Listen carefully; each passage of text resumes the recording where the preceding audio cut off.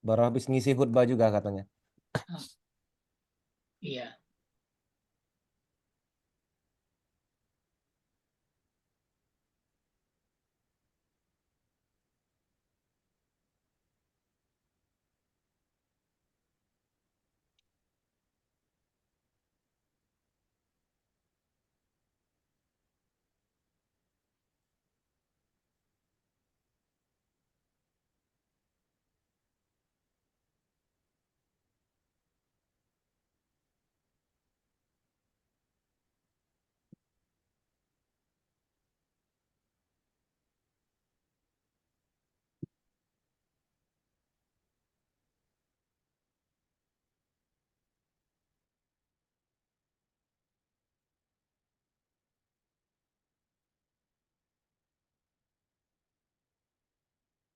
Masih buka laptop ya, Cak Sofi ya?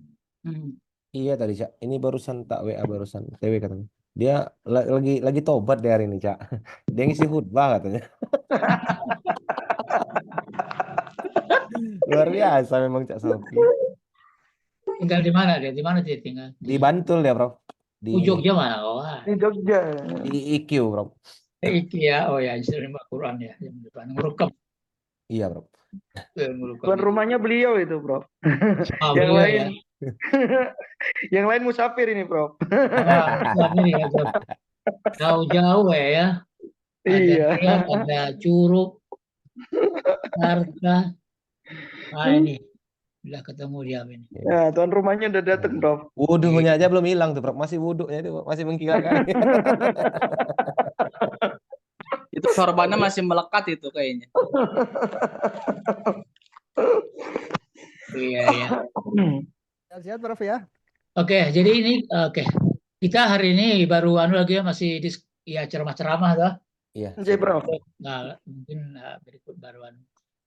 Oke ya, assalamualaikum warahmatullahi wabarakatuh. Waalaikumsalam warahmatullahi wabarakatuh. wabarakatuh. Ya, selamat bertemu lagi dengan Bapak Ibu. Pertemuan yang kedua terkait dengan filsafat pendidikan kewarganegaraan ya. Saya tadi buatkan bahan-bahan diskusi kita. Singkat saja ini.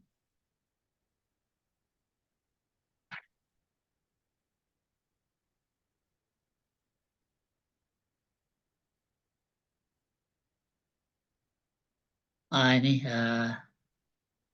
ya lebih melihat dulu karakteristik mata kuliah kita ini ya kan. Supaya kalau yang lain nanti sudah materinya lah kan gitu ya. Ya, jadi nama mata kuliah kita ini kan filsafat pendidikan kewarganegaraan ya. Jadi bukan pendidikan kewarganegaraan ya, tapi filsafat pendidikan kewarganegaraan. Jadi memang ada hal yang lebih prinsip mungkin ya ketika bicara tentang filsafat pendidikan ya. Sama mungkin filsafat pendidikan dengan pendidikan saja mungkin sudah jelas beda lah ya. Filsafat pendidikan dengan pendidikan saja. Kemudian di sini ada pendidikan kewarganegaraan. Ya. Jadi filsafat pendidikan kewarganegaraan. Mungkin sama dengan filsafat Islam. Jadi kalau Islam saja mungkin ya beda lah ya. Tapi ini filsafat Islam. Atau ada mungkin kata-kata yang banyak lah ya, yang sering kita lihat, kata yang setelah filsafat macam-macam itu. Filsafat agama, filsafat. Jadi pendidikan kewarganegaraan ini juga merupakan satu disiplin pendidikan lah sebetulnya ya. Kalau sudah menyangkut masalah pendidikan, ya dia merupakan sistem kan. Sistem baik dari segi subjek, objek, materi, media kan gitu ya. Mungkin evaluasi. Itu kalau misalnya dia masuk ke pendidikan kewarganegaraan. Nah, kita di sini lebih banyak melihat filsafatnya. Jadi kalau bicara tentang filsafat pendidikan kewarganegaraan, otomatis ada beberapa hal yang pokok mungkin ya yang perlu nanti kita pahami gitu ya. bicara tentang pendidikan kewarganegaraan dilihat dari aspek filosofinya, kira-kira begitu betul makna kuliah ini. Ya. Jadi pendidikan kewarganegaraan dilihat dari perspektif filosofisnya. Tidak hanya bagaimana mendidik kewarganegaraan, tapi mungkin produk-produknya nanti itu ya kewarganegara. Tetapi kita lebih banyak mungkin di sini bicara tentang kerangka dasarnya, ya struktur berpikirnya dulu. Jadi kalau bicara tentang filosofi, jelas di situ ada metafisika, epistemologinya maupun etikanya. Sebetulnya masih ada dua lagi, itu ada estetikanya dan metodologinya sebetulnya. Ya, ada metafisika, epistemologinya, etika, metodologi dan estetikanya. Bisa saja nanti akan kita temukan bagaimana sebetulnya pendidikan kewarganegaraan yang memiliki nilai-nilai estetis. Ini kadang-kadang jarang banyak disentuh dalam pendidikan. Bahkan mungkin jangankan pendidikan kewarganegaraan, ya pendidikan kita di kelas saja sering mengabaikan nilai-nilai estetik ini. Nah, sehingga apa yang disampaikan itu kadang-kadang kurang menyentuh gitu ya, tidak memiliki nilai estetik. Tapi ya aneh lah, sebab nanti di epistemologi itu ada juga metodologi, makanya mungkin tidak perlu dimasukkan. Paling yang tidak tercover di sini estetiknya yang belum saya buatkan. Ya, bisa nanti ditambah. Dari aspek metafisika, metafisika di sini kan ini ya, hakikat. Jadi hakikat atau struktur dasar dari pendidikan kewarganegaraan itu sebetulnya seperti apa. Nah, gitu ya. Yang mungkin berbeda dengan pendidikan yang lain. Jadi struktur dasar ini apa ciri khas pokok sebetulnya pendidikan kewarganegaraan ini. Nah, itu yang perlu mungkin dirumuskan ya, dicari dulu paling tidak ya bisa kita membayangkan. Jadi kalau struktur dasar itu kan yang inti, yang pokok, yang dia nanti bisa memunculkan distingsi ya dengan apa namanya pendidikan yang lain gitu. Nah, ini saya tidak tahu, memang mata kuliah ini sudah lama ya, cuman nanti penyebutannya kalau dulu itu civic education ya, kita dulu sudah belajar itu ya. Cuman mungkin dulu memang banyak kepada semacam doktrin-doktrin gitu ya, doktrin-doktrin negara kepada warga negara. Ideologi. Iya. Ideologi. Iya.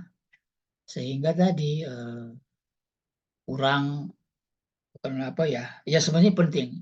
Jadi sebuah ideologi penting untuk warga negara, tetapi mungkin ada paradigma yang berbeda lah ketika kita sekarang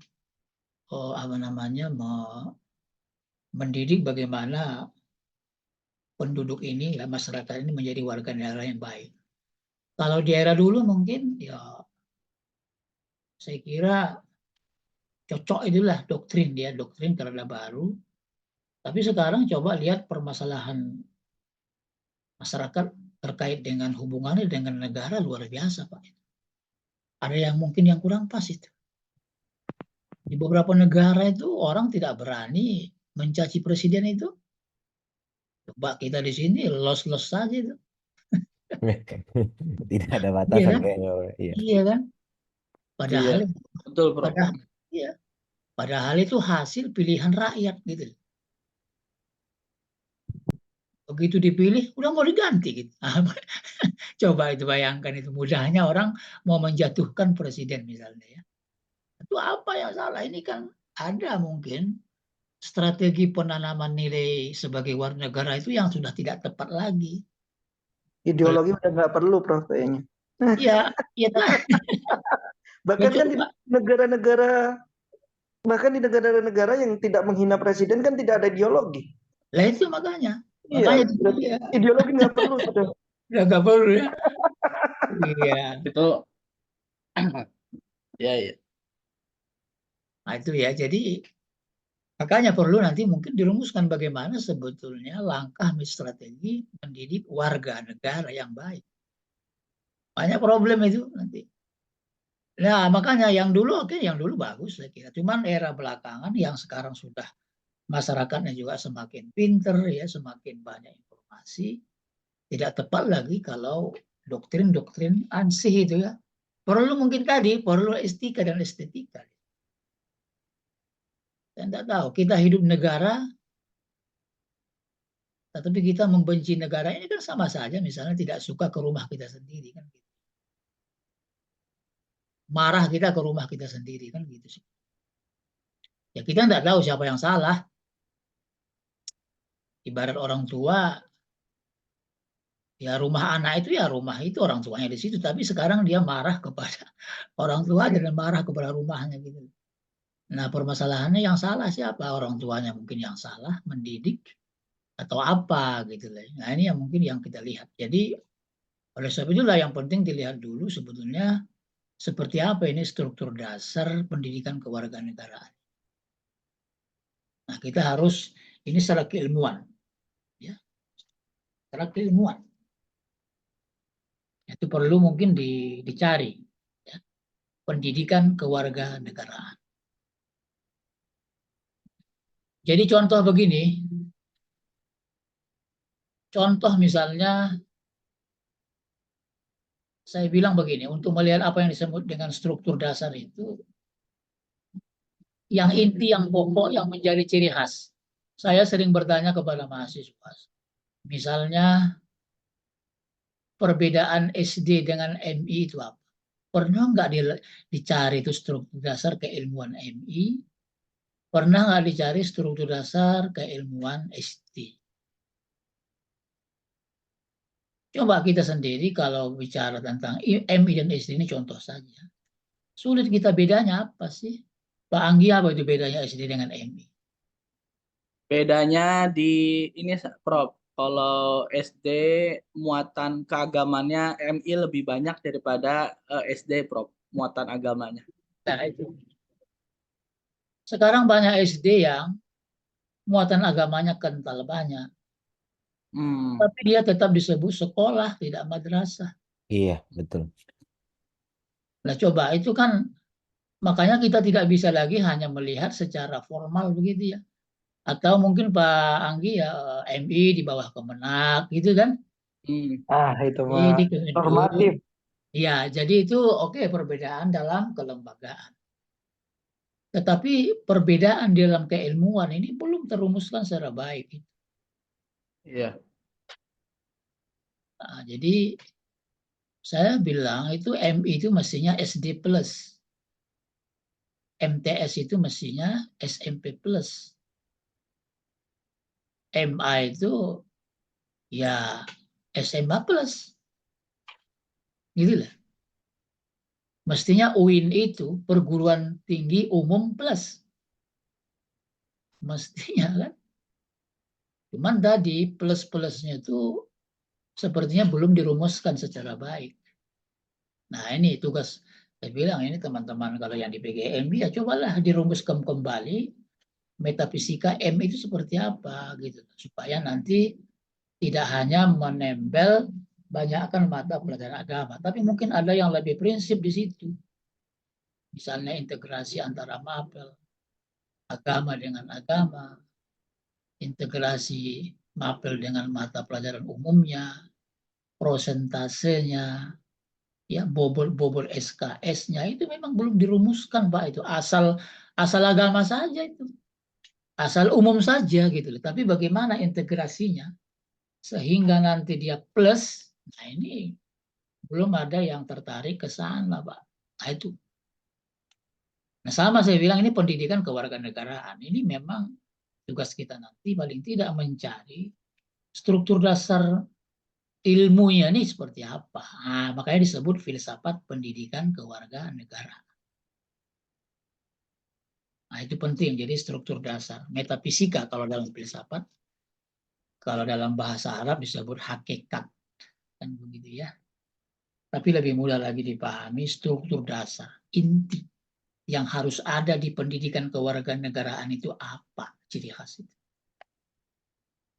Nah itu ya, jadi kalau kita ingin mata kuliah ini terarah gitu ya, kita lihat dulu, jangan nanti sampai ya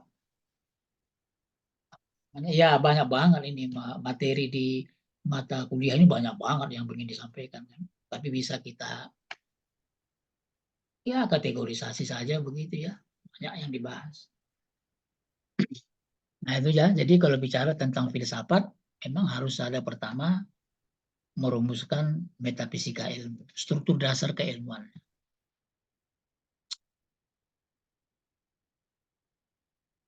Kemudian yang kedua, epistemologi. Jadi sering kita sudah ini mungkin istilah yang tidak asing lagi ya Bapak Ibu ya, epistemologi.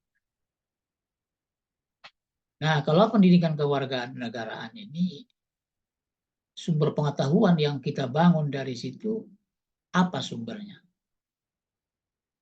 Dari mana kita mengambil resource-nya?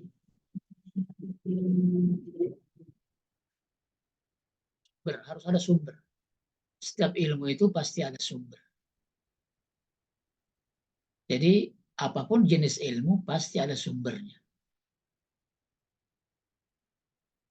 Kalau filsafat misalnya ya sumbernya realitas misalnya ya. Naik yang konkret yang abstrak. Sains itu sumbernya ya fakta yang menampakkan diri. Kalau agama ya sumbernya wahyu. Jadi masing-masing disiplin ilmu pasti ada sumbernya. Ilmu tauhid, ilmu kalam, apa fikih harus ada. Fikih, ya pendidikan fikih misalnya kan.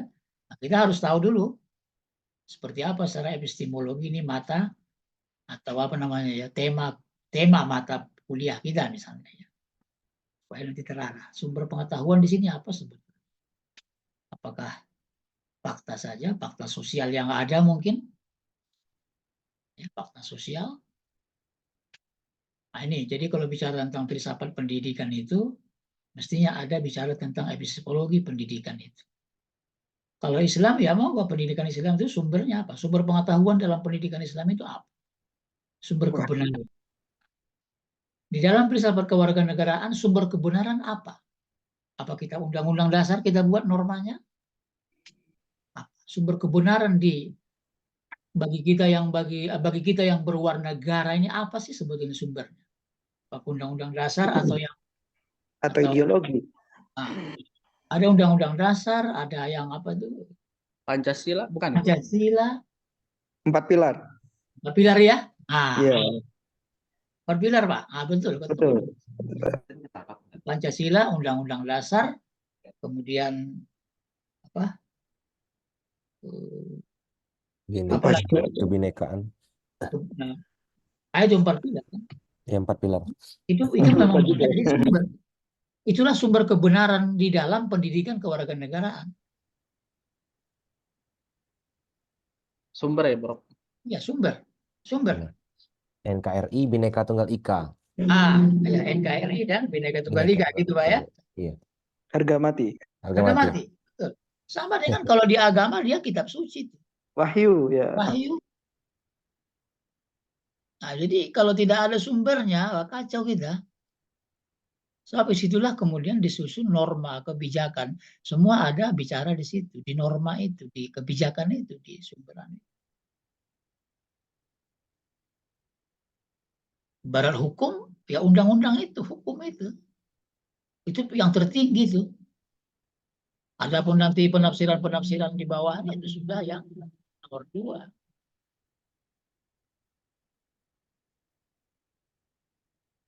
Makanya selama ini jangan-jangan kita banyak bicara tentang penafsiran terhadap 4 pilar itu. Prof. Nah, jadi makanya perlu sumber. pengetahuan, sumber kebenaran. Gimana? Izin, Prof. Ya. Boleh nanggapi, Prof? Silakan gimana? Iya, jadi tadi kan berbicara sumber adalah hakikat sebuah kebenaran, dari mana pengetahuan itu dikatakan benar atau tidak. Seperti itu ya, Prof ya? Ini baru bicara sumber saja. Kalau Iya. yang hakikat tadi metafisikanya. Belum sampai ranah kebenaran, Bro. Ya, salah satunya adalah dari sumber itu. Tapi kenyataannya undang-undang kita justru diobrak-abrik, Prof. Ya, Nah, berarti kan belum ada sebuah kebenaran yang hakiki akan sebuah identitas dari kewarganegaraan itu sendiri, Prof. nah ya makanya itu termasuklah mungkin tadi ya problem Iya. kebenaran kita ya seperti itu. Itu akan memang berimplikasi kepada macam-macam masalah nanti itu. Betul. Iya. Nah, makanya kita tidak tahu di mana kesalahan itu, di mana biangnya kan gitu ya, di mana biangnya. Antara kebenaran dan pembenaran, Prof. Nah, itu Ah, Kalau bahasanya Prof Siswanto kemarin kan. kebenaran dan kebenaran ya. Nah, jadi itu tadi. Jadi mestinya tidak lagi bisa ditawar-tawar itu, ya harga mati. Itulah yang disebut dengan sumber pengetahuan, sumber kebenaran. Makanya sering terjadi kalau ada masalah, sumbernya yang dobrak-abrik. Coba itu, lucu toh. Sama dengan ini, ibarat agama, banyak permasalahan konflik, Qurannya yang disalahkan. Qurannya yang mau diamandemen apalah segala macam. Akan gitu. amandemen Quran. Jadi terkadang hulunya diobrak-abrik gitu ya. Iya, Iya, hulunya makanya. dobrak-abrik. Hilirnya yang keruh. Nah, makanya mungkin yang perlu doktrin ya di situ aja lah, mungkin normal di sini lah.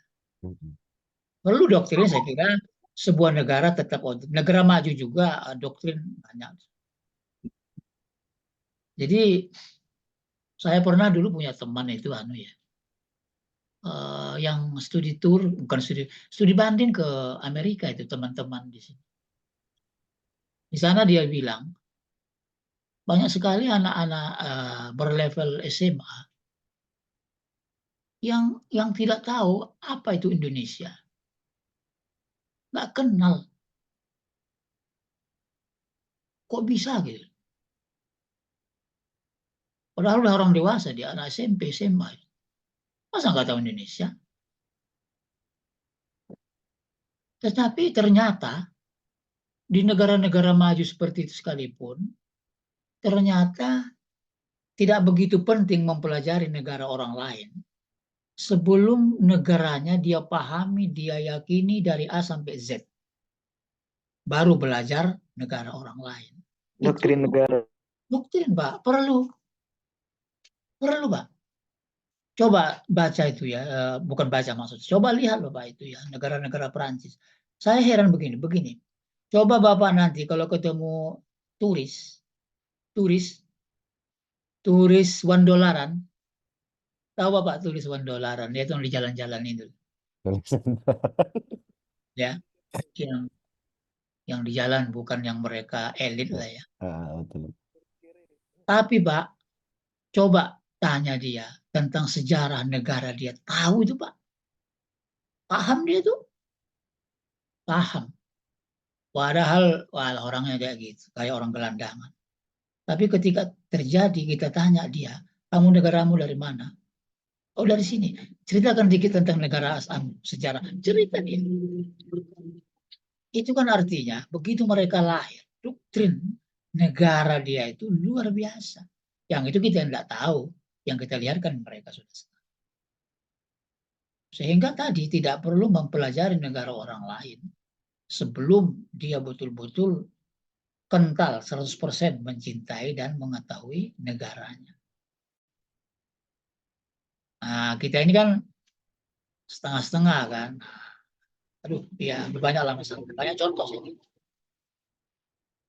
Nah, itu ya, jadi kembali kepada yang tadi, ya epistemologi ya, sumber pengetahuan ya di dalam pendidikan kewarganegaraan itu Ya tadi sudah ketemu misalnya dari 4 pilar, misalnya itu sumber.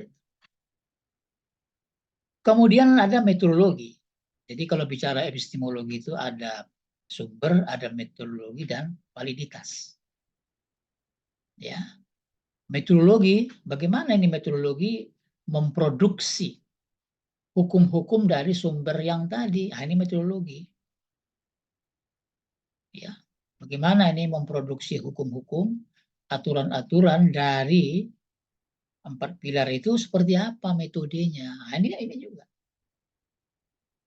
Kalau seperti agama, kitab suci Al-Quran misalnya, apa alatnya? Alatnya bahasa. Ya. Kalau kita sering menyebut tafsir, ya yang baku alatnya bahasa. Dengan permainan bahasa itu berbagai macam produk hukum keluar, kendati pun antara satu dengan yang lain berbeda karena berbeda pemahaman, penafsiran alat yang digunakan. Nah, semestinya di dalam memahami 4 pilar itu juga, sumber itu tadi, ya saya kira ini perlu dikaji ulang itu, metodologinya. Bagaimana cara memahami Undang-Undang Dasar itu? Bagaimana cara memahami Pancasila? Bagaimana cara memahami Bhinneka Tunggal Ika? Bagaimana memahami apa tadi satu lagi Pak Agus? RI Bhinneka Tunggal Ika, Pancasila sama undang-undang. Iya, NKRI. NKRI. Bagaimana itu memahami? Bagaimana memproduksi hukum dari NKRI? Metode yang tepat apa? Nah, ini saya kira menarik itu supaya lebih ilmiah dia kan, tidak hanya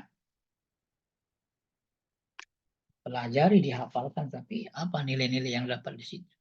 Nah, kemudian keabsahan, validitas. Jadi validitasnya sejauh mana keabsahan produk hukum yang kita olah lewat metode tertentu dari sumber tertentu tadi.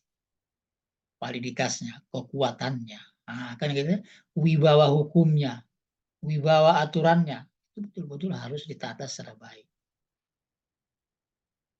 Jadi sekarang wibawa produk hukum tidak lagi berwibawa kan. Produk hukum yang dirumuskan sebagai hasil metodologi atas Undang-Undang Dasar misalnya dan Pancasila itu sudah tidak berwibawa. Orang sudah seenaknya melangkahi, apalah, tidak ada wibawa, tidak absah. Sepertinya tidak absah, betul absah. Tapi orang berani aja. Berani itu. Nyoba-nyobek bendera merah putih berani aja itu. Mengkritik. Apalagi itu ya para pimpinan, enak aja sekarang. Iya. Apalagi Dengan di bahasa, bawah MK udah nggak ada, Bro. wah, tidak ada lagi. Macam-macam sekarang. Menariknya, bukan menarik saya kira, anehnya, perguruan tinggi juga sudah ikut-ikutan di situ kan. Betul, Bro. Iya. Iya kan? Perguruan tinggi juga sudah ikut-ikutan di situ gitu kan. Padahal perguruan tinggi itu adalah tadi. Saya kira kalau sudah perguruan tinggi seperti itu, saya yakin kemana lagi orang mengadu itu. Orang selama ini perguruan tinggi satunya tempat untuk mengadu kan, mengadu yang betul-betul yang beretika, yang membuat nyaman orang ya. Mengadu gagasan. Iya. Habis sekarang itu kemana lagi? Gitu loh. Nah, sehingga ya tadi memang betul, makanya saya bilang ini di mana biang kesalahan ini di mana? Ini seperti benang kusut. Ya, benang kusut. Oke, itu kan kita bercerita masalah itu.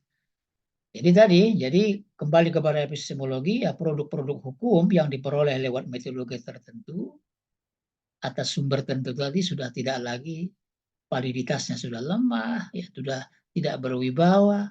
Absah sih absah ya. Soal ditandatangani ya absah.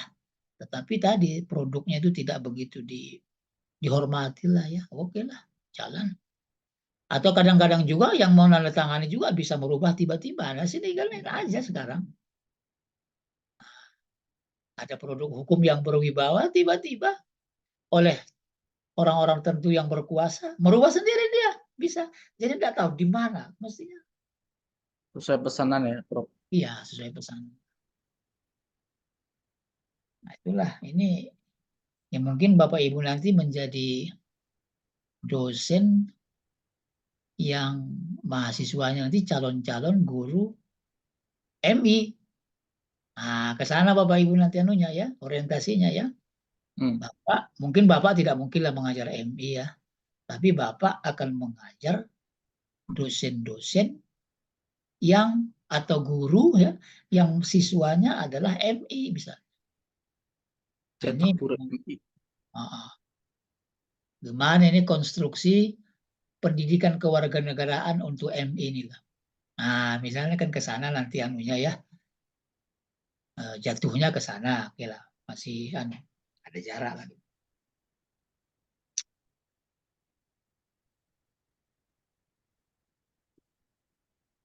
Nah itu, jadi ada metafisika, ada epistemologi, kemudian ada etika.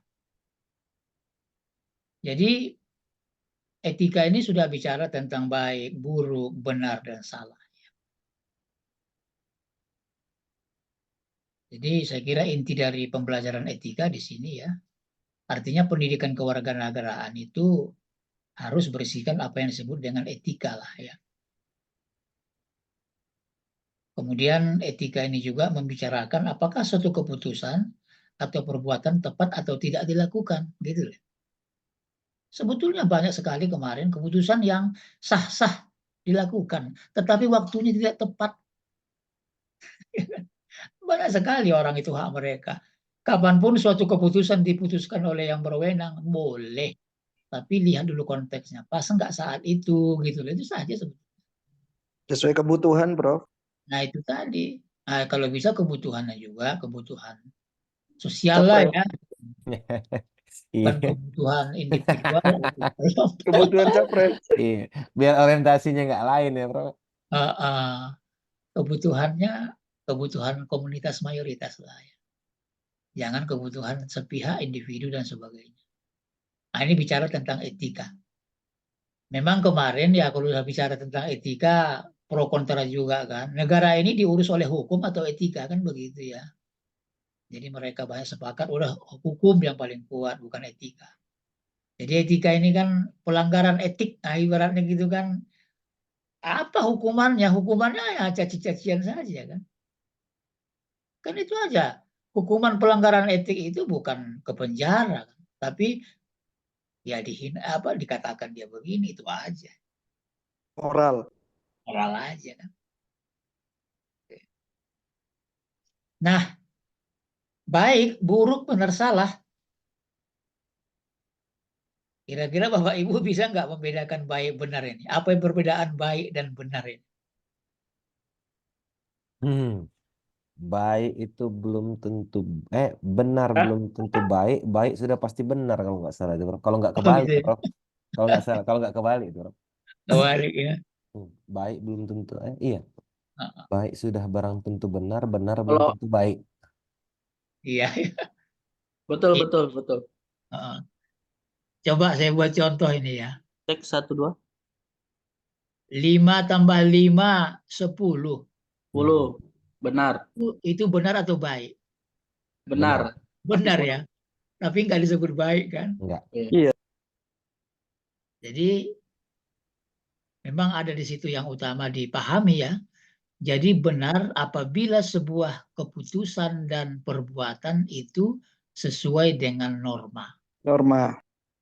Itulah yang disebut dengan benar. Ya. Jadi lawannya salah. Jadi benar itu lawannya salah, bukan buruk. Nah, ini harus tegas ini di dalam filsafat itu, dalam etika itu harus jelas itu. Jadi benar itu satu keputusan atau satu pilihan, satu perbuatan, tingkah laku yang sesuai dengan norma. Kalau salah, tidak sesuai dengan norma. Jadi begitu anunya. Tapi kalau baik dan buruk itu menyangkut masalah metode. cara untuk mengimplementasikan norma tadi. Nah, di situ Pak. Jadi baik buruk ini sebetulnya menyangkut masalah cara, strategi, langkah-langkah untuk mengimplementasikan norma benar yang tadi. Gitu loh. Jadi ini betul-betul harus dipahami secara jelas ini ya. Jangan overlap. Kadang-kadang kita mau bicara tentang benar, tapi tersebutkan baik. Atau sebaliknya, yang kita inginkan sebetulnya baik, tapi terucap benar. Wah, ini sering membuat fatal. Ya. Oleh sebab itu, banyak sekali yang benar, yang sesuai dengan norma, tetapi tidak diterima orang lain karena cara menyampaikannya buruk. Bukan salah loh. Jangan dikatakan, oh beliau itu salah caranya. Tidak ada, cara itu nggak ada yang salah. Cara itu adalah buruk. Begitu ya Pak Agus. Jadi banyak sekali kebenaran yang sesuai dengan norma yang disampaikan kepada orang ditolak. Karena tadi cara menyampaikannya, cara mengambil keputusannya, dan sebagainya itu buruk. Bukan salah. Buruk.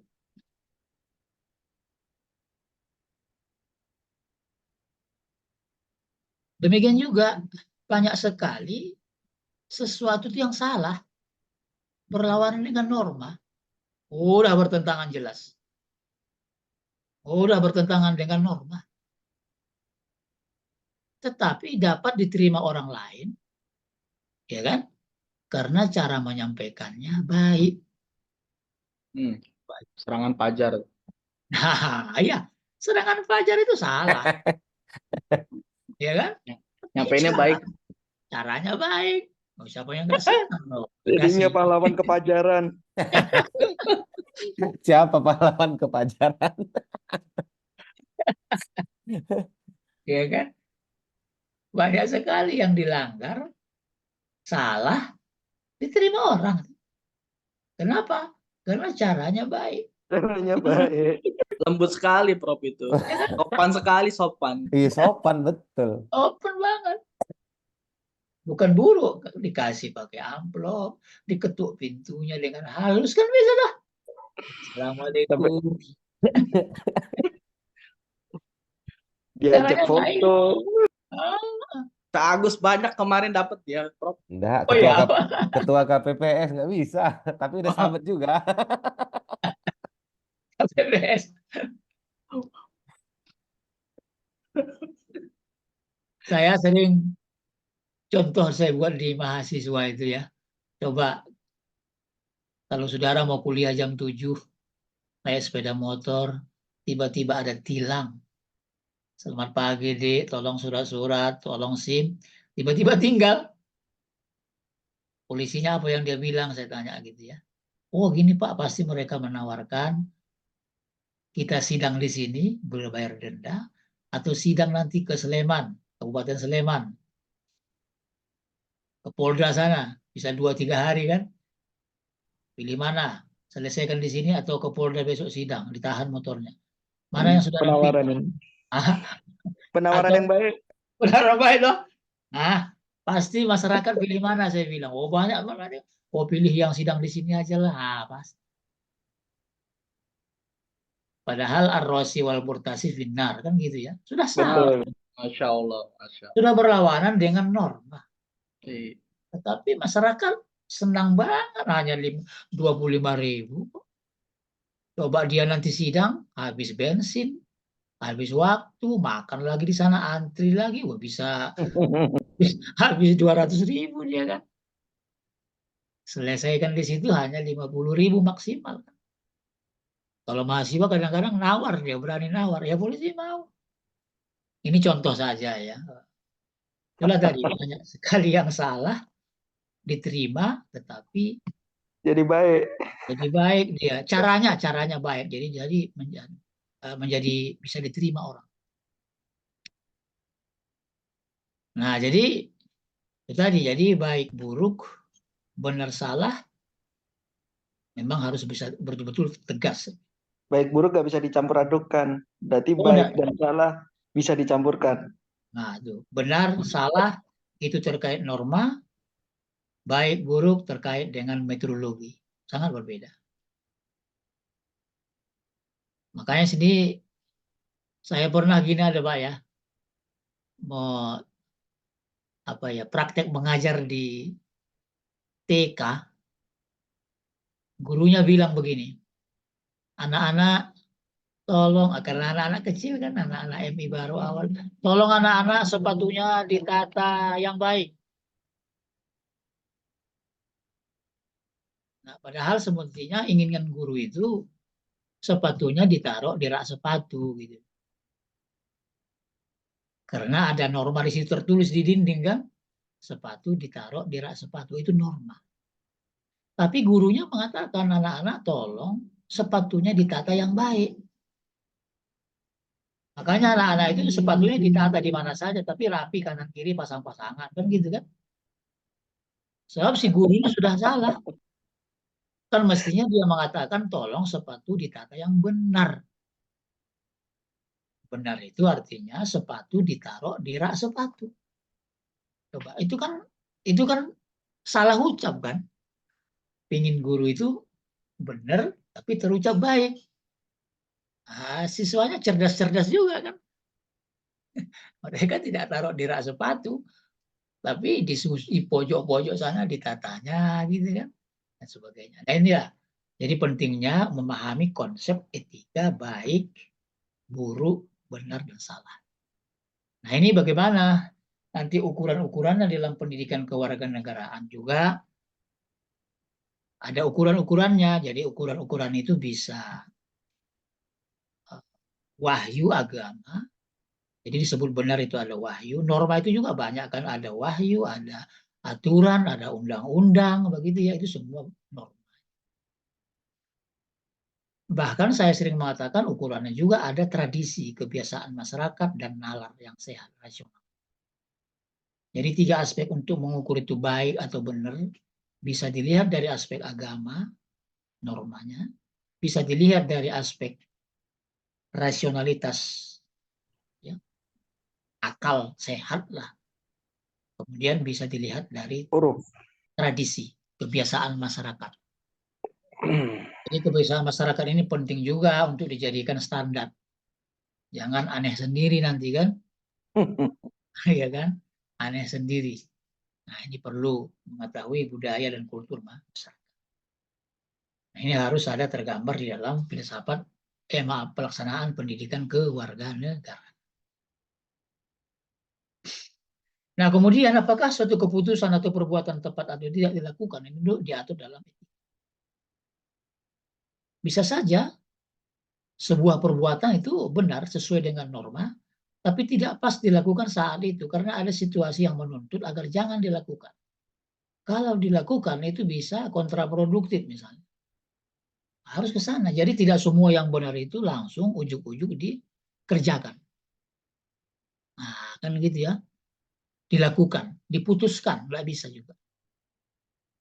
Jadi kalau ada yang memutuskan ya padahal itu bermasalah, ya itu tadi dia kurang memahami etika. Ya, kurang memahami etika. Jadi banyak juga yang benar di masyarakat memang tidak harus dilakukan, tidak mesti dilakukan saat itu karena diperkirakan akan memiliki implikasi yang kurang baik. Ya jangan dilakukan dulu, ditunda. Nah, itu ada nanti pilihan-pilihan di dalam masyarakat seperti itu. Atau di dalam pengelola lah ya, di dalam orang yang akan melakukan perbuatan. Yang banyak menimbulkan konflik di masyarakat sebetulnya bukan benar dan salah, tetapi adalah baik dan buruk. Cara. Coba yang kemarin misalnya kita lihat di negara kita lah yang sekarang itu ya. Yang banyak menimbulkan masalah sebetulnya bukan masalah benar salahnya suatu agama, tidak. tetapi cara mengekspresikan masing-masing agama itu yang menjadikan masalah. Jadi amar ma'ruf nahi mungkar. Amar ma'ruf menyuruh berbuat baik, mencegah yang buruk, itulah yang nomor satu. Jadi bukan menyuruh yang benar bahkan. Amar ma'ruf nahi mungkar itu semua metodologi. Sebab yang banyak menimbulkan masalah di masyarakat adalah buruk baik caranya, bukan norma.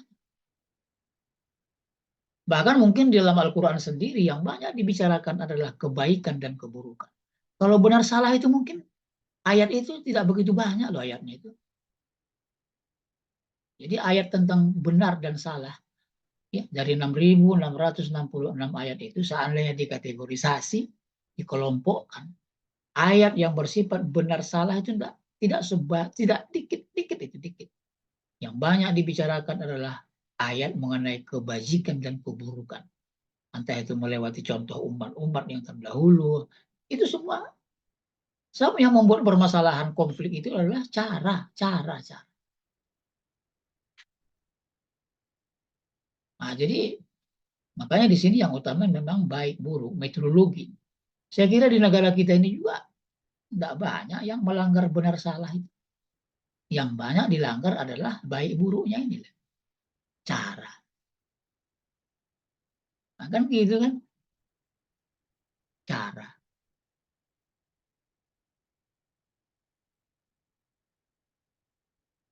Apa salah memberikan sumbangan di mana saja? Kan nggak salah.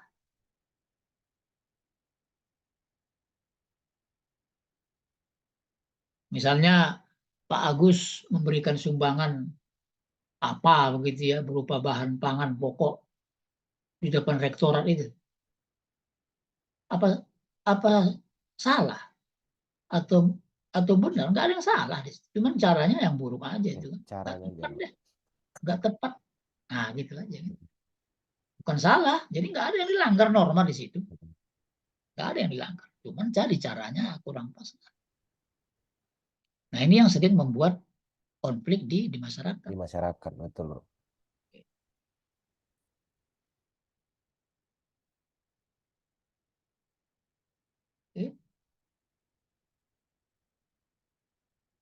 Nah, apakah suatu keputusan benar tepat atau tidak? Nah, ini juga diatur di dalam etika. Nah, paling tidak 3 ini atau saya sebut tadi estetika, yang monggo itu silakan aja lah nanti. Bagaimana pendidikan kewarganegaraan ini yang memiliki nilai estetik, saya kira juga ini penting. Karena kita ini orang pendidikan lah saya kira ya, yang akan mentransfer pengetahuan kepada siswa. Jelas ini harus memiliki nilai estetik.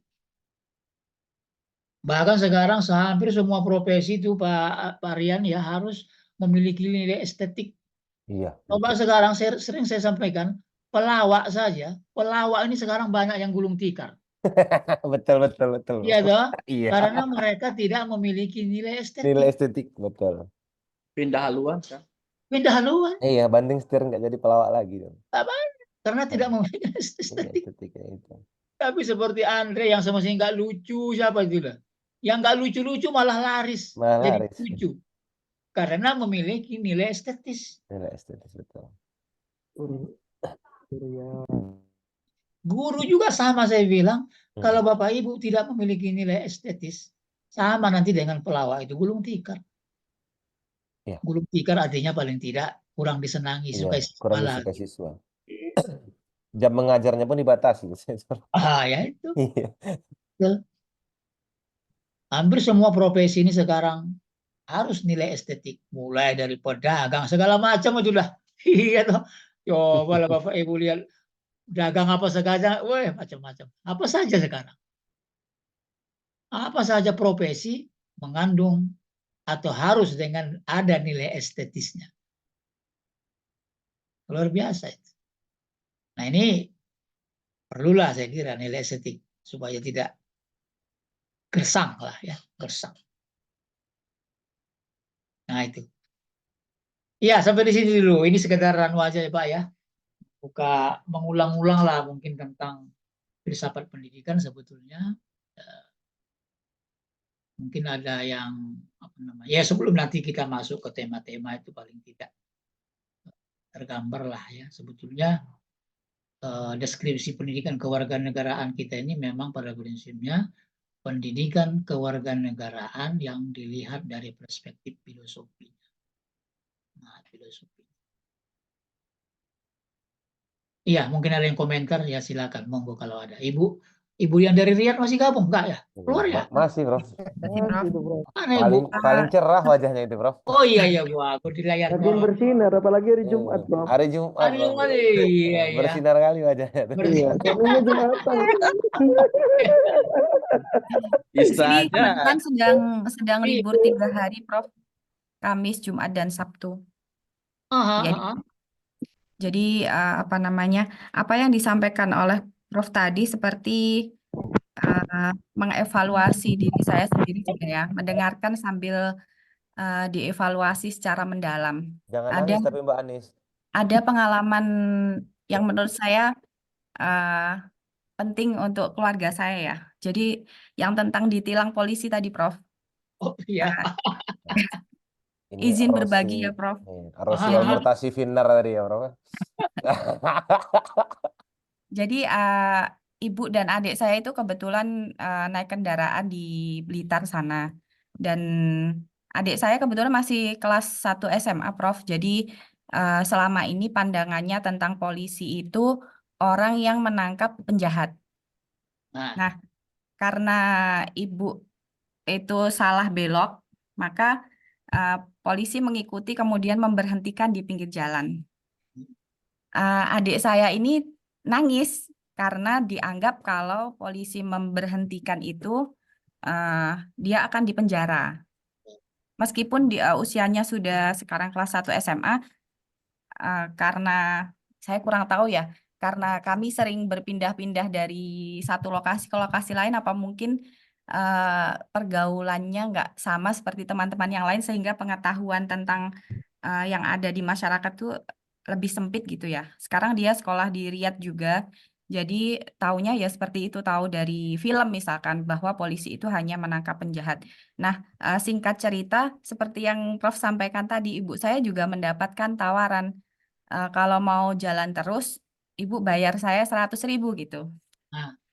Nah, akhirnya dibayar juga, Prof, 100.000 itu, dan akhirnya ibu dan adik melanjutkan perjalanan. Tapi yang menjadi beban bagi kami adalah menjelaskan ke adik kami karena yang seperti Prof sampaikan tadi itu nilainya kan nilai 100.000, tapi bahasanya bahasa suap agar tidak menjalani sidang gitu. Nah, antara baik, buruk, benar, salah itu tadi yang sebenarnya mengganggu pikiran saya sehingga saya mendengarkan saja karena ternyata banyak hal yang sudah saya lewati itu melampaui baik atau benar itu, Prof. Iya. Jadi Pengalaman. jadi kuliah ini seperti mengevaluasi perbuatan-perbuatan yang kami lakukan. Luar Dan binasa harus memang Mbak Anis. Adiknya ini. cewek, Mbak Anis. Cewek, Mbak. ya perempuan. Iya, Mbak. Nanti biar saya yang jelasin, Mbak Anis. Sherlock, Mbak. Sherlock. Ini kita Pak belajar Mauludin. Halo Pak Mauludin. normal ini kita. Kalau mau ketemu butuh modal banyak. Jauh, no? Riyadh ya, Prof. Kalau sekedar di Jawa Timur dekat. Enggak. Betul, butuh estetika juga itu. Estetika. Iya. Butuh estetika dan Solo itu. Kak Sophie sarkas, Prof. Ya, begitulah. Sebenarnya ada pengalaman kedua lagi, Prof. Gimana? Yang ini sebenarnya kalau diceritakan itu nggak membuat saya jadi estetik lagi, Prof. Tapi Gimana? Iya, enggak apa-apa. Kami jadi itu pendengar yang baik dulu, Mbak.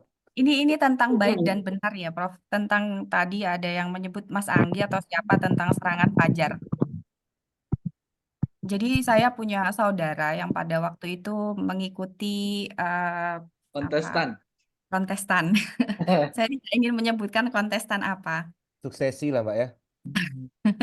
Cewek Nah, juga, pada Mbak waktu Anis. itu posisi saya itu sebagai saudara yang yang bukan membagikan ya, Prof. Jadi ada waktu itu ada dua pilihan. Yang pertama saya harus membungkusi uang yang sangat banyak, yang tujuannya untuk dibagikan ke masyarakat agar memilih, Calon tertentu.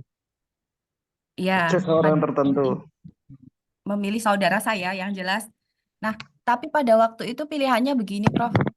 Eh, itu baik karena sebagai saudara saya harus membantu. Tapi saya di sini tadi melihat bahwa apa yang saya lakukan itu sebenarnya tidak benar karena saya membantu orang untuk membagikan uang tadi. Tapi dalam kontestasi itu pesaingnya juga melakukan hal yang sama gitu, Prof. Pada Allah waktu itu. melaknat orang yang menyuap dan menerima suap. Tergantung carian perspektif apa dulu. Mau Kata- lihat perspektif apa dulu kata- carian? Itu Tambah versi itu sombong versi dong. enggak, Jangan itu versi Tapi KPPS. Iya, ada versi lagi KPPS. yang kedua ini, Prof. Ada lagi yang kedua. Kebetulan itu sudah tahun 2011. Jadi sudah lumayan lama, sudah lebih dari 10 tahun. Yang kedua, kami sebagai keluarga itu mendapat pilihan yang sulit lagi antara baik dan benar tadi, Prof. Baiknya ketika mengikuti kami harus masuk ke bilik suara yang itu bukan wilayah kami gitu. Nah, tapi saat itu kami memilih benarnya. Jadi meskipun sebagai saudara entah pada waktu itu eh, si yang menyuruh ini menjadikan itu sebagai konflik atau apa, tapi ada beberapa saudara yang kami nggak bisa mengambil itu dan menghindar dari memilih saudara ini karena kami memang bukan wilayah itu. Nah, yang ingin saya sampaikan pada hari ini adalah ternyata perkuliahan itu tidak hanya membawa kita pada sesuatu yang baru, tapi juga mengevaluasi apa yang sudah menjadi tingkah laku kita sebelumnya, sehingga ke depan barangkali baik dan benar itu yang akan saya jadikan prinsip, entah itu berhubungan dengan keluarga maupun berhubungan dengan apa ya, keberadaan kita sebagai warga negara gitu, Prof. Iya, Jadi iya. dua hal itu sangat sangat penting buat saya dalam pertemuan kali ini. Terima kasih banyak, Prof. Iya. Menyambung, Prof. Menyambung, Prof. Iya, silakan. Iya. Berarti Iya. Mbak Anis ini DPTB atau DPK berarti ya? Apa Dia itu pindah dia? tadi milihnya kan? Nggak milih di TPS itu tadi kan? Itu kebetulan saya kasih ini ya bocoran itu pemilihan kepala desa Mas Rian. Oh gitu Jadi dah. lebih mudah ya mungkin Lebih untuk mudah. ya. Kepala desa lebih mudah dan lebih berat ya, Iya secara lebih berat. lebih Iya. keuangan dan geseknya Lebih lebih keuangan. keras. Geseknya gitu. lebih keras loh. Betul. Iya. Itu saya malah sama dengan Mbak Anis ini sebagai bahan refleksi nih, Bro. Tapi begini, Bro. Enggak, ini terkait serangan fajar itu ya. Ini menariknya serangan fajar ya. Hari ini teman-teman itu di samping-samping rumah sudah tahu kalau kita juga apa namanya bergelut di dunia akademik itu. Tapi anehnya serangan fajar hari ini itu memang ya nanti fokusnya ke etika gitu. Ini malam itu ya. Malam kita dapat itu 2 amplop gitu ya. Malam 2 amplop dari kabupaten, caleg kabupaten dan amplop dari caleg provinsi kalau nasional begitu. Ternyata juga serangan mereka juga tidak serangan fajar, habis itu malam, habis setelah itu kita ke TPS begitu, ternyata ada serangan lagi di situ. Serangan lagi di samping bilik begitu, ditemuilah kita deal-dealan itu yang ternyata nilainya lebih besar daripada yang Iya, ada dua tawaran itu, tawaran yang sudah di rumah itu ditawari lagi untuk memastikan pilihan itu. Yang kedua ada tawaran lagi itu suruh milih orang lain dengan tawaran yang jauh lebih besar gitu. Wah, ini kan menarik sekali hari ini dan kayaknya ini hampir semua masyarakat Indonesia hari ini gitu. Maksudnya kelihatan sekali ya jumplangnya itu untuk hari ini begitu. Artinya apa? Ini misalkan ini jika etika ini menjadi filsafat paling atas, Lantas bagaimana masyarakat ini kok begitu mudahnya ya melakukan hal-hal yang seperti ini dengan narasi baik kayak tadi ya, dengan narasi baik yang jelas-jelas tidak benar begitu. Ini filosofisnya ini lantas bagaimana ke depan? Kalau etika-etika seperti ini dijalankan seburuk ini, gitu. Kira-kira begitu saya menanyakannya ini refleksi kita mungkin. Terima kasih, Bro. Ya. Iya, jadi ya terima kasih Bu Anis tadi ya bercerita berbagi pengalaman. Saya kira ini ya memang ini mata kuliah, jadi makanya mata kuliah filsafat pendidikan filsafat itu memang tadi ya nggak pilih-pilih ya. Ya. Ya memang ini menyangkut masalah kehidupan kan. Jadi filsafat itu sebetulnya masalah kehidupan. Apalagi udah masuk bicara tentang etika. Begini Mbak Ahmad, jadi ada satu konsep besar mengatakan tidak mungkin lahir pemimpin yang baik dari masyarakat yang tidak baik. Sulit kita memang melahirkan pemimpin yang baik, yang oke lah ya, pemimpin yang benar, yang baik, kecuali mereka itu keluar dari masyarakat yang benar dan baik juga. Ya itu menjadinya itu jadi apa namanya? Jadi kondisi yang tidak habis-habisnya itu, Pak. Perilaku yang tadi ya, yang sebetulnya siapa yang tidak baik di situ? Siapa yang tidak benar di situ? Semua. Iya kan? Semua kan? Yang memberikan sogokan juga tidak benar dan tidak baik. Sebetulnya ya saya menyebut tidak baik juga.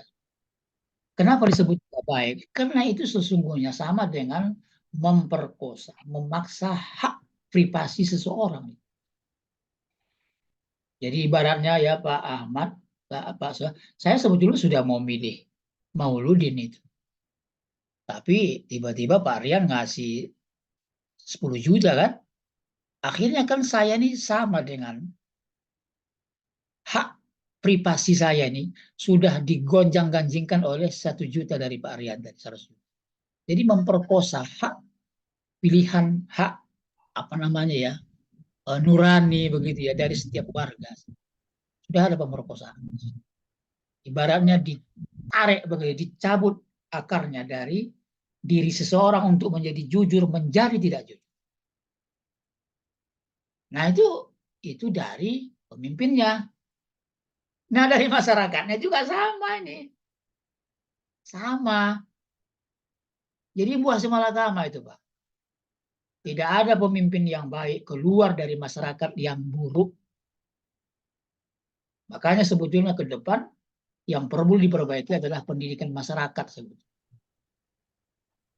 Ya kembali nol lagi kita memang pendidikan masyarakat yang penting. Oke. Kalau tidak ya tadi terus menerus ini sampai kiamat kayak gitu. Itu yang pertama. Kemudian yang kedua ini memang sistem. Selama ini juga mungkin mengapa sih orang pilih duitnya? Karena nggak tahu dia siapa calonnya. Karena itu sebetulnya. Jadi katakanlah ada 10 calon ya, satu pun nggak ada yang dikenal. Makanya mana yang jelas uangnya itu yang saya ambil. Tapi kalau ada calon yang kita populer di situ yang sudah oke, apa namanya, kredibilitasnya terjaga, nama baiknya oke, prestasinya oke, kompetensinya oke. Nah, saya kira tidak semudah itu juga, Pak Sopiudin menerima uang itu. Aduh, ngapa aku udah dikenal kok dengan Bapak ini? Dia bagus. Sudah. Itu kan gara-gara nggak dikenal itu tokoh itu. Kita pilih itu loh. Kan banyak kan masyarakat memilih anggota apa ya, entah itu provinsi, entah itu daerah itu. Nggak kenal kok dia. Biasanya DPD RI sama provinsi itu, Prof. Banyak nggak tahu. Iya, dua itu. Ya udahlah, yang mana ada uangnya aja kan. Orang sama saja kok ini katanya kan. Berarti kembali ke masyarakat itu kembali menjadi pemikiran kekanak-kanakan, Prof. Pernah suatu ketika saya melihat, ini pengalaman pribadi ya Prof ya, melihat di jalan ada seseorang itu, ada anak-anak kecil ngamen. Nah, ada anak kecil ngamen, kemudian ditawarkan oleh yang mengemudikan itu, kamu mau uang ini saya kasih, atau kamu saya sekolahkan sampai S1. Katakan itu. Akhirnya anak itu memilih uang itu. Karena fokus pikirannya bukan ke depannya, tetapi bagaimana perut itu kenyang. Jadi tidak berpikir secara etis, tetapi lebih kepada kebutuhan pragmatis. Ya, seperti itu. Untuk apa? Seperti itu mungkin masyarakat kita. Sampai kapan, Prof? Seperti itu masyarakat kita seperti ini, Prof. Ya itu. Pendidikan. Satu-satunya pendidikan. Pendidikan agama dan pendidikan etika. Saya kira Barat itu maju mungkin bukan dari agamanya, tapi dari etikanya. Etis. Etika. Makanya yang kurang di sini etika. Makanya saya bilang sering ini kepada pendidikan guru akidah akhlak, tolong itu. Kalau mau saudara belajar mengajarkan akhlak, tolong itu belajar etika. Tidak apa-apa, dibaca bukunya. Etika, bukan agama. Agama itu kan tadi, tobat, mana enggak? Tobat. Memang mudah. Makanya saya bilang di Jawa, di filsafat Jawa itu kan ada istilah orailo. Tahu mungkin ya Bapak Ibu, orailo. Itu luar biasa. Orailo itu apa coba? Nggak bisa diterjemahkan. Tapi orang tidak berani melanggar itu. Nggak pantas. Itu etika. Makanya saya kira, makanya konstruksi pembelajaran akidah akhlak ini sebaiknya didesain ulang. Gimana ini mestinya porsi akhlak itu lebih besar ini ketimbang akidahnya. Orang Nabi aja diutus untuk menyempurnakan akhlak kok. Cuman tadi dianggap akidah ini lebih nomor satu ketimbang akidah. Kalau saya melihat itu satu kesatuan.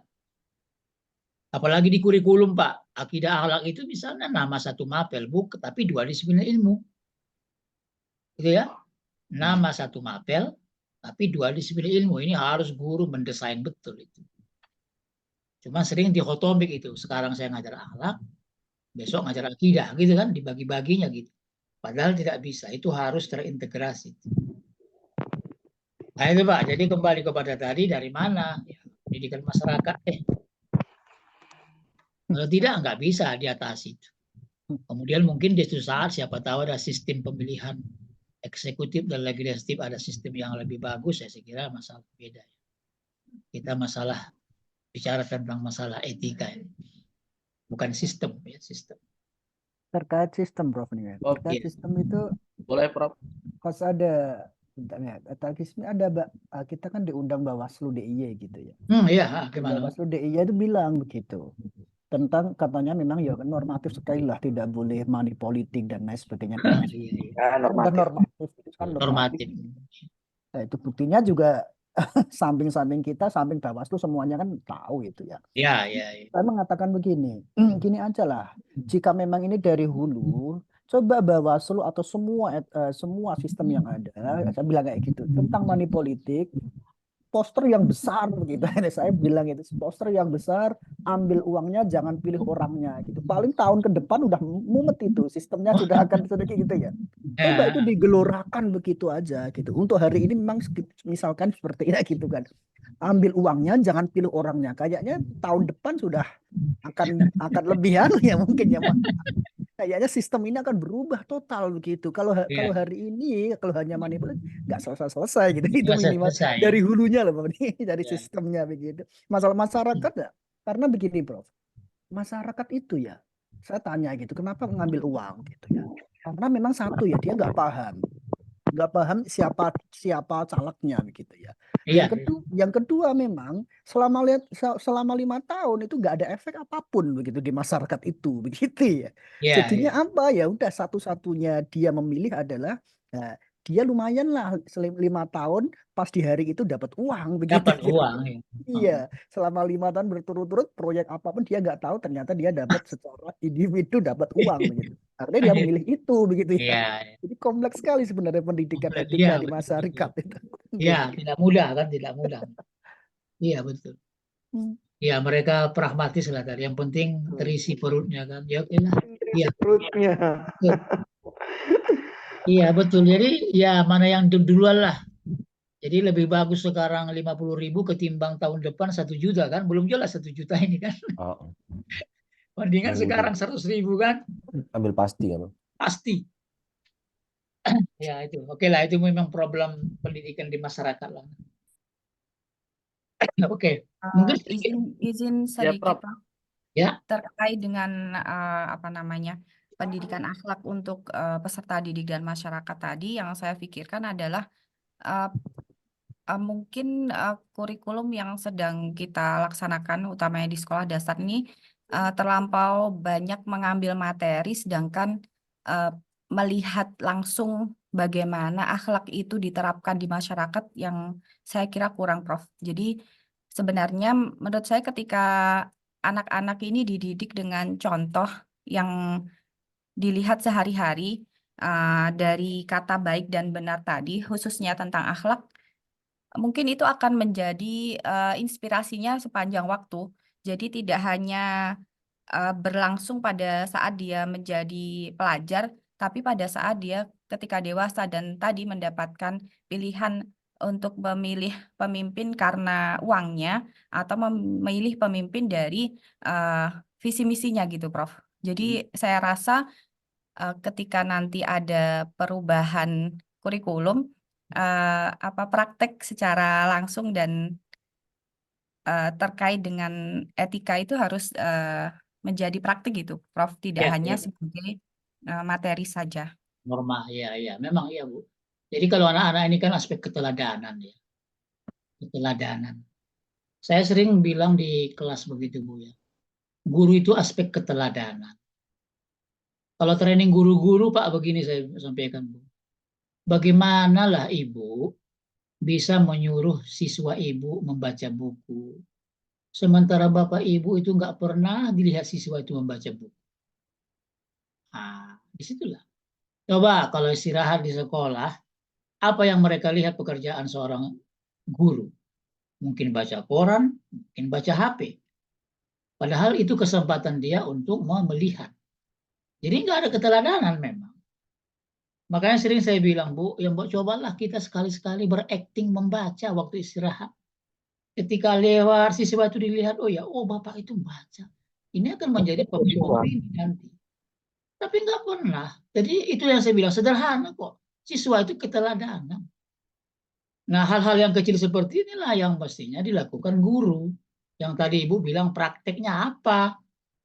Prakteknya apa? Yang bisa dilakukan aja. Kalau di waktu istirahat, guru mencoba, katakanlah membaca, megang buku aja, mungkin berakting ya, itu sudah berbeda persepsi sih. Dia akan mengatakan, oh, Bapak Yono Iyota, siapa lah, Bapak Tono itu baca terus ya, setiap saya lihat. Padahal pura-pura ya, tapi itu menjadi public opini di sekolah, gitu. Tapi karena mereka tidak tadi waktu istirahat juga guru ngobrol apa segala macam, ya sudah. Nah itu mungkin praktek-praktek yang seperti ini, yang kecil-kecil, nggak usah muluk-muluk untuk anak-anak itu. Saya kira begitu Bu Anu. Saya kira ya setuju. Jadi aspek perlu ada redesign itu Bu ya, kurikulum mungkin yang kurang selama ini kita adalah di etika sosial.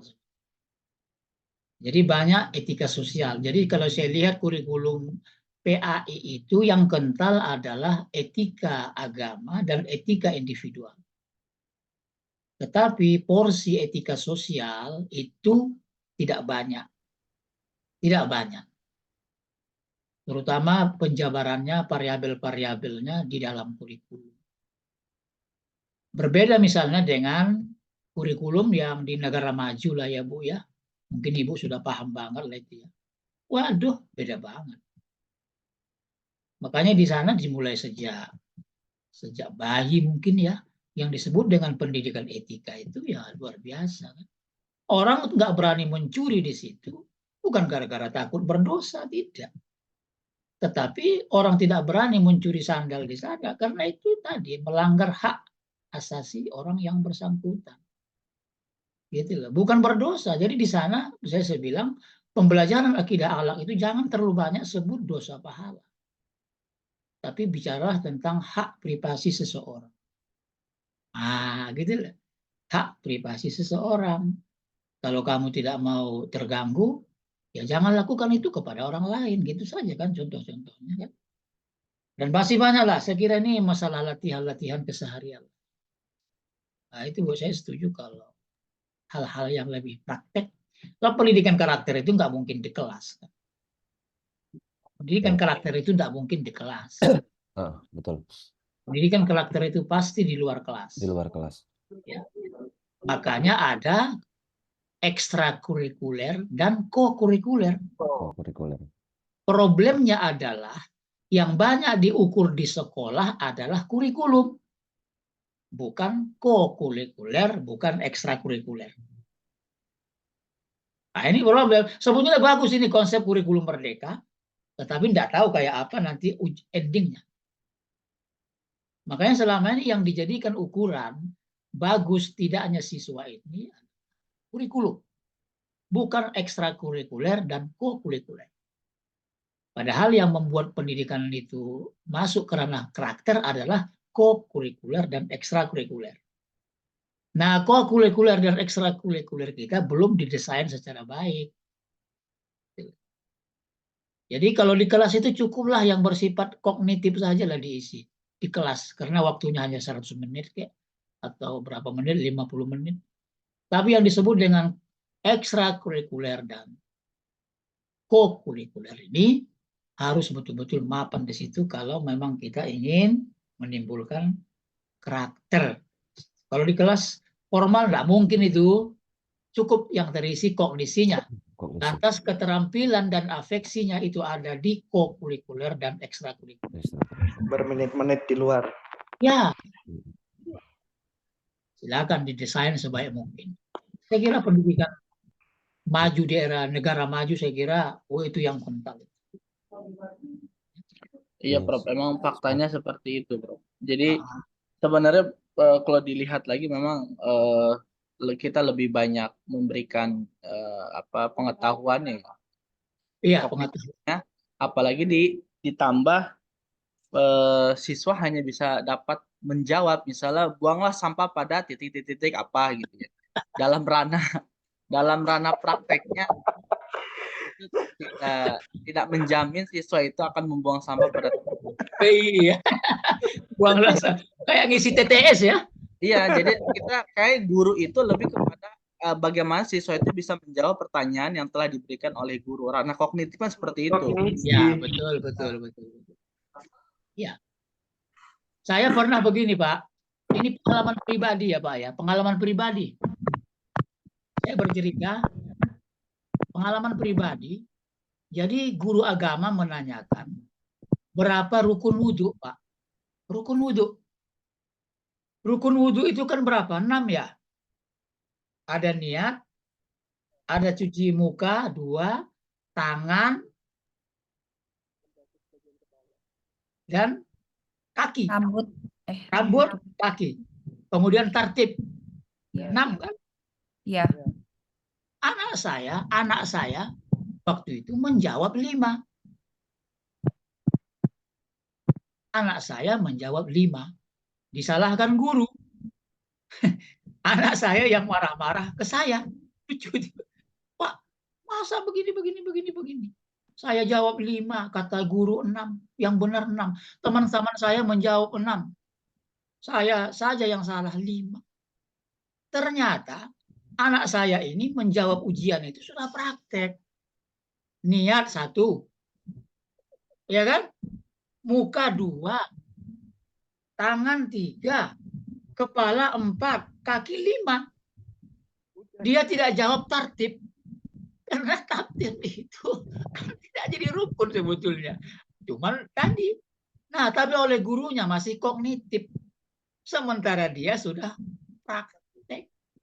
Fatal Bu itu. Udah saya bilang, yang mau ditanya gurunya. Enggak mau saya katanya. Bapak yang nanya. Ya lucu. Nah, itu Bu. Fatal itu Pak. Iya, itu tadi disampaikan Pak Anu, betul Pak. Jadi ya salah dia. Nah, jadi akhirnya satu yang kognitif, dia sudah praktik keterampilan kan. Nah, jadi itulah contoh-contohnya mungkin ya permasalahannya tadi sampaikan Pak. Seperti itulah guru banyak kognisinya dan sebagainya lah gitu ya. Banyak problem memang itu perlu diambil. Iya, banyak PR nih Prof terkait pendidikan. Apalagi dengan gaungan pendidikan karakter sebenarnya ya pembentukan karakter tuh di lini mana gitu ya. Ya kita juga Iya, masih mencari. panggil gitu ya, betul. Saya pernah itu Pak diskusi ya.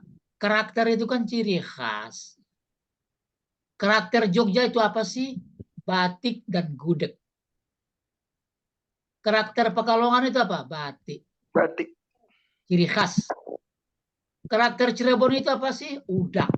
Semestinya karakter itu tidak perlu banyak. Kalau banyak itu namanya bukan karakter. Bukan karakter lagi deh, Bro. Coba karakter manusia itu apa sih? Dalam Al-Quran apa? Dalam Al-Quran misalnya ya Pak Anggi ya, itu ada halua, kesah, manua, pelit. Betul.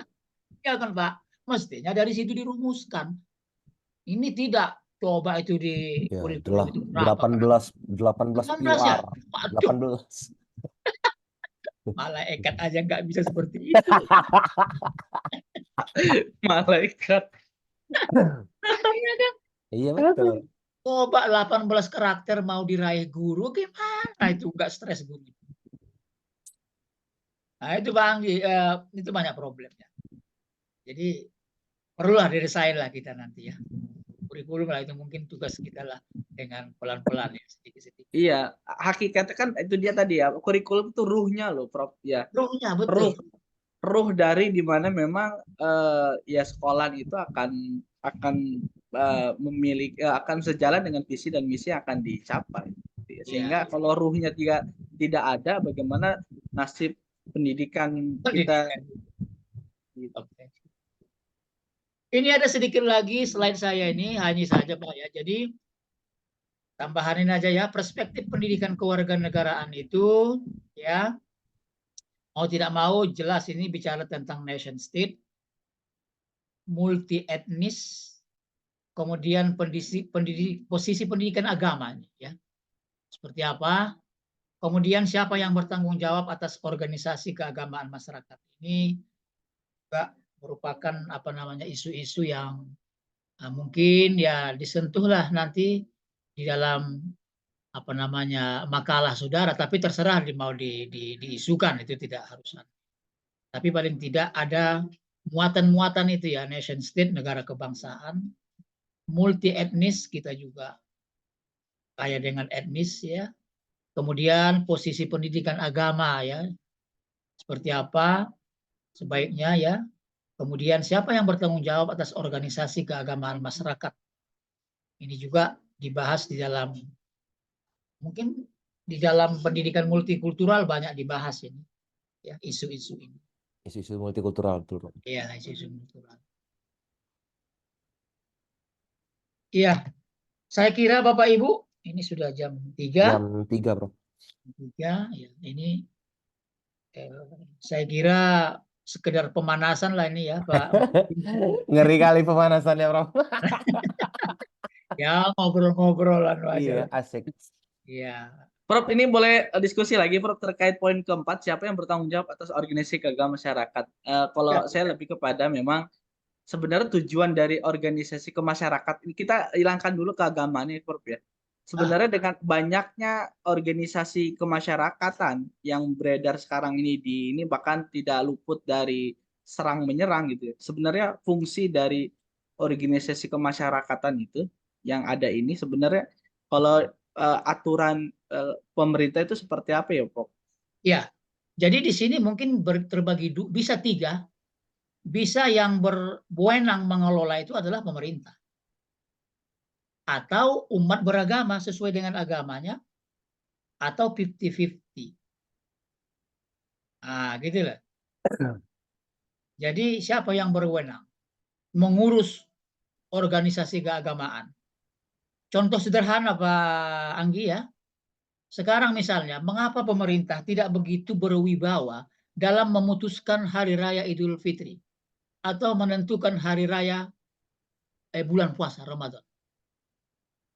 Siapa yang memberikan putusan? Organisasi agama seperti Muhammadiyah, mereka bekerja sendiri-sendiri, atau ada wewenang di pemerintah di situ yang menentukan? Tapi problemnya Pak Anggi, kalaulah organisasi seperti itu modelnya, artinya wibawa keputusan pemerintah seperti tidak ada. Tidak berwibawa dia. Gitu loh. Nah, ini pilihan-pilihan ini. Pilih-pilihan. Karena Makanya filosofi pemerintah tidak berani memutuskan secara kencang dia. Nggak kencang. Nggak kencang. Padahal beberapa negara maju malah kencang. Kencang. Kencang. Nggak apa-apa, sebenarnya nggak apa-apa. Tapi karena tadi yang dipegang ekornya tapi kepalanya dilepas. Kepalanya dilepas. Kayak ayam itu. Iya. Ya kan? Iya, kayak termasuk pemaknaan organisasi pun udah nyerimpit juga hari ini, Bro. Iya. Organisasi itu dimaknai antara ajaran atau perserikatan kan. Jadi itu udah terjebak kedua makna itu. Kalau melihat dari kondisi yang terjadi hari ini. Iya. Kalau kita lihat kan. Betul. Nah, ini nanti bisa mungkin jadikan bahan ya, Bro. Iya, di mana nanti kita bicarakan itu, kita sebut-sebutlah terkait 4 aspek ini. Sebab tadi ada 2 kata kunci di situ, nation state, negara kebangsaan, dan multi etnis. Multi etnis. Jadi kalau dulu Aceh protes kepada negara, mereka memang mau merdeka. Tetapi kalau orang Tionghoa protes ke pemerintah, dia bukan mau merdeka, tapi cukup kebudayaannya dihormati. Itulah yang dilakukan Gus Dur. Nah, jadi Aceh konflik, marah, Cina juga marah, tetapi berbeda itu. Satu dalam konteks negara kebangsaan, satu dalam konteks multi etnis. Jadi beda itu mereka. Sama-sama nuntut gitu ya. Tapi yang Tionghoa bukan mereka mau merdeka. Tetapi bagaimana mereka bebas melakukan tradisinya. Hormati dan sebagainya. Nah, ini yang begini-beginilah. Termasuk mungkin dalam asli kata tadi, dalam urusin keagamaan ini. Kalau terjadi konflik, siapa yang bertanggung jawab? Ini pemerintah juga akhirnya. Padahal mestinya umat beragamanya, kan? Yang punya agama. Lah. Bagaimana ini? Kan? Siapa? Apa 50-50? Tapi tadi berbeda banget nanti. Solusi yang diberikan pemerintah untuk konflik sangat berbeda nanti. Dibilang nanti militerisme macam-macam kan. Nah, itu jadi bisa juga didiskusikan. Siapa yang paling dominan lah, atau yang paling berhak, yang paling tepat urusin organisasi keagamaan ini. Secara kalau dilihat dari perspektif pendidikan kewarganegaraan. Ya, saya kira begitu Bapak Ibu ya sampai di sini. Baik, Prof. Jadi mungkin besok belum diskusi Pak Soleh ya, masih mungkin ceramah-ceramah. Saya tidak tahu bagaimana, tapi nanti kalau minggu depan saya kira sudah pasti ada yang sebagai pemantik lah ya, yang membawa makalah. Iya, Prof. Monggo lah nanti ya. Kalau tema-temanya ya monggo lah kita ikut aja deh. Sesuai dengan RPS yang sudah ada. Oke, saya kira begitu. Saya kira Bapak Ibu, Pak Anies. Di sana sudah hampir zuhur kali ya? Belum, Prof. Masih 1 jam lagi. Oh, iya. Oke, terima kasih. Ya kalau ada mungkin informasi lewat WA Group bisa. Oke, siap, Prof. Saya kira begitu ya. Kita akhiri perkuliahan kita, pertemuan kita dengan. Siap, Prof. Terima kasih banyak, Prof. Terima kasih ya, sama-sama ya. Ya, Prof. Assalamualaikum warahmatullahi wabarakatuh. Waalaikumsalam warahmatullahi wabarakatuh. Semoga sehat selalu, Prof. Sehat, Prof. Ibu juga. Prof. Ya, amin, Prof. Mbak Anies di stop. Oh. Mas Kalau Omni udah di stop aja ya. Di Mbak Anu stop stop share dulu, Mbak. stop rekamannya maksudnya. Stop record. Stop Oke. record. Oh ya, sudah. Ya, Prof. Ampun, Prof.